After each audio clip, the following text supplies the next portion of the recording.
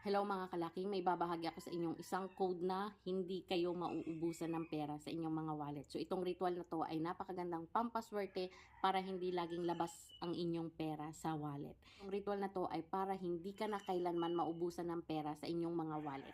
So isulat nyo lamang itong angels number na ito for abundance 71269. So napakaganda nitong maghatak ng kaperahan. So kung kayo ay naniniwala, maganda po na gawin nyo itong ritual na to. So isulat nyo to sa yellow na papel gamit ang green na ballpen. So kapag nagawa nyo na yan, lagyan nyo ng 21 pieces ng bigas.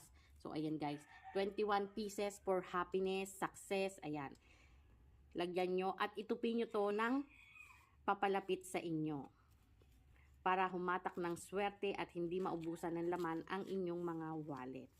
So, ganyan lamang ito kasimple. So, ito ay magandang gawin sa first Friday o kaya full moon. So, gawin nyo to kapag kayo ay may free time, yung hindi kayo dali-dali, ganyan.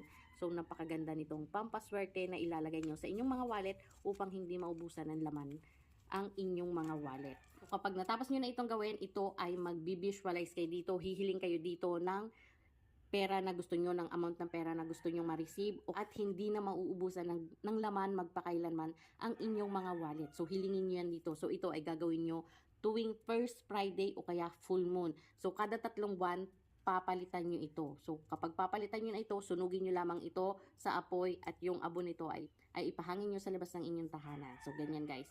So, pagkatapos nyo itong gawin, ilagay nyo na ito ngayon sa inyong mga wallet.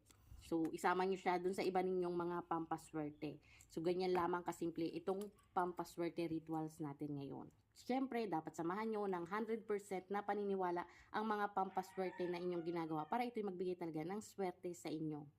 So, yun lang guys.